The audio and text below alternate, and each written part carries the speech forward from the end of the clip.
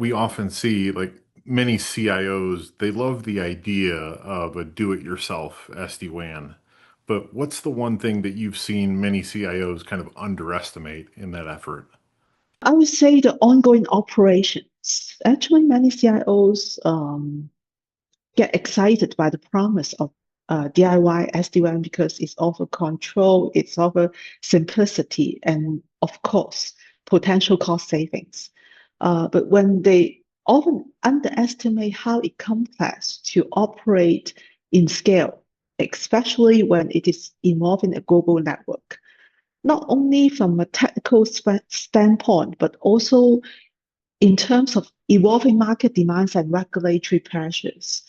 Running an SD-WAN itself means that you will be responsible for the ongoing maintenance, monitoring, and troubleshooting, which requires skilled staff available around the clock.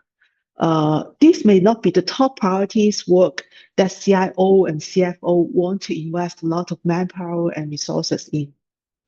And security tends to be also one of the biggest blind spot as well.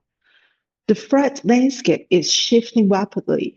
New vulnerabilities, attack methods emerging constantly. On top of that, regulations around data privacy, cross-border data flows, and compliance is also continuously evolving.